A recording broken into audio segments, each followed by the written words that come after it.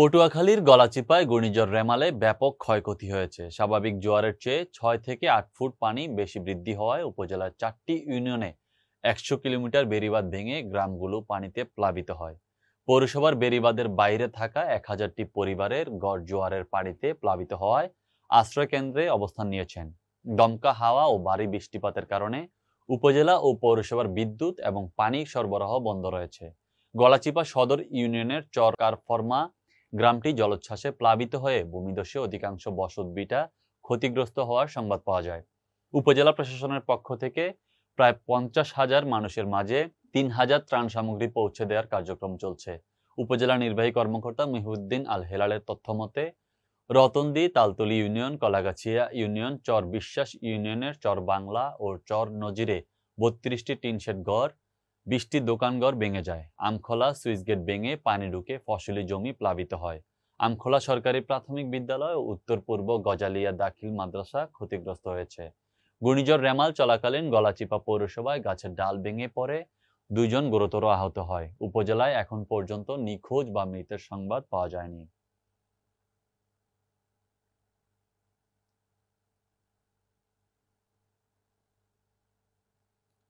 ষষ্ঠ উপজেলা পরিষদ সাধারণ নির্বাচনের তৃতীয় ধাপে আজ জামালপুরের মেলান্দ ও মাদারগঞ্জ উপজেলায় উৎসবমুখর পরিবেশে ভোট গ্রহণ চলছে।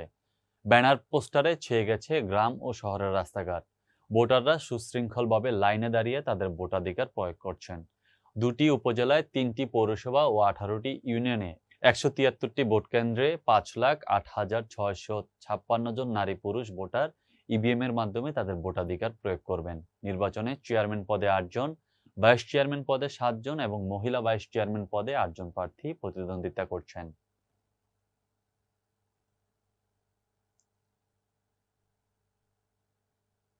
দ্বিতীয়বারের মতো উপজেলা চেয়ারম্যান হিসেবে শপথ নিলেন মনিরামপুর উপজেলা পরিষদের নবনির্বাচিত চেয়ারম্যান আমজাদ হোসেন লাবলু।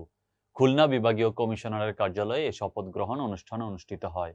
খুলনা বিভাগীয় কার্যালয়ে কমিশনার হেলাল মাহমুদ শরীফ খুলনা বিভাগের বাগেরহাট, যশোর, নড়াইল ও কুষ্টিয়া জেলার ৮টি উপজেলার বাগেরহাট সদর, রামপাল, কচুয়া, মনিরামপুর, কেশবপুর, কালিয়া, কুষ্টিয়া সদর ও খোকসা উপজেলার ৮ জন উপজেলা চেয়ারম্যান, ৮ জন ভাইস চেয়ারম্যান ও ৮ জন মহিলা ভাইস চেয়ারম্যানদের শপথ বাক্য পাঠ করান।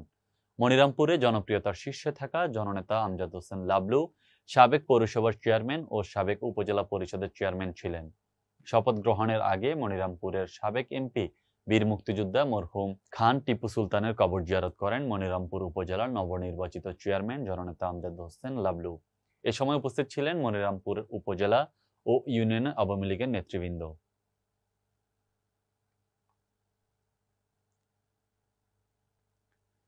চতুর্থবারের মতো সাফ আয়োজিত বাণিজ্য মেলা ঈদ বাজার প্লেস দে লা রিপাবলিকে অনুষ্ঠিত হয়। এই মেলায় ৭০টিরও বেশি বাংলাদেশি বিভিন্ন স্টল ছিল। সকাল ১০টায় এই অনুষ্ঠানটি উদ্বোধন করেন সাফের প্রেসিডেন্ট নয়ন এন কে সহ সাফের মেম্বার এবং স্বেচ্ছাসেবীরা এই মেলায় উপস্থিত ছিল।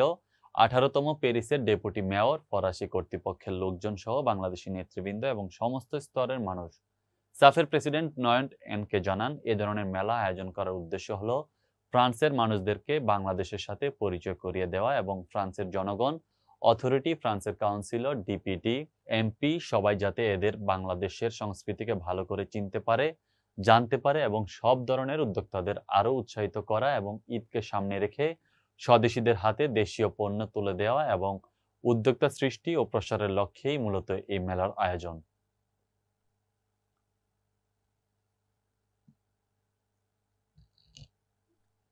কুষ্টিয়ার দৌলতপুরে অগ্নিকাণ্ডে ক্ষতিগ্রস্তদের মাঝে ডেউটিন ও ক্যান্সার, কিডনি সহ ৬টি রোগে আক্রান্ত রোগীদের মাঝে চেক বিতরণ করা হয়েছে।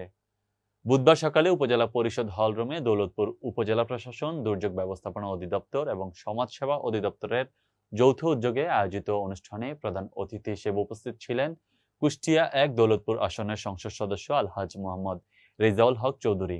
উপজেলা নির্বাহী অফিসার মোহাম্মদ ওবায়দুল্লাহর সভাপতিত্বে ও উপজেলা সমাজসেবা অফিসার তৌফিকুর রহমানের সঞ্চালনায় এ সময় অন্যান্যদের মধ্যে উপস্থিত ছিলেন উপজেলা প্রকল্প বাস্তবায়ন কর্মকর্তা মোহাম্মদ আব্দুল হান্নান, বঙ্গবন্ধু সাংস্কৃতিক জোট কেন্দ্রীয় কমিটির সমাজ কল্যাণ সম্পাদক মুতাসিম বিল্লাহ, বীর মুক্তিযোদ্ধা সেকান্দার আলী, আদাবাড়িয়া ইউনিয়ন পরিষদ চেয়ারম্যান আব্দুল বাকি প্রমুখ।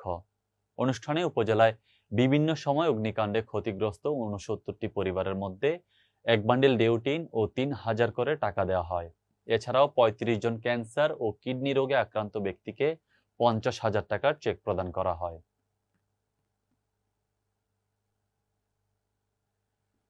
নীলফামারীর সৈয়দপুরে সংবাদ প্রকাশের জের ধরে বিএনপির বহিষ্কৃত নেতা নবনির্বাচিত উপজেলা পরিষদ চেয়ারম্যান রিয়াদ আরফান সরকার রানা কর্তৃক সৈয়দপুর প্রেস ক্লাবের সামনে দৈনিক সমকালের নীলফামারীর প্রতিনিধি আমিরুল হককে হেয় করা ও হুমকি প্রদানের প্রতিবাদে দুপুরে এক মানববন্ধন কর্মসূচি পালন করা হয়েছে। সৈয়দপুর সাংবাদিক নির্যাতন প্রতিরোধ কমিটির উদ্যোগে অনুষ্ঠিত এই কর্মসূচিতে সৈয়দপুরে কর্মরত সংবাদকর্মী ও সাংবাদিক সংগঠনের সদস্যরা অংশগ্রহণ করেন।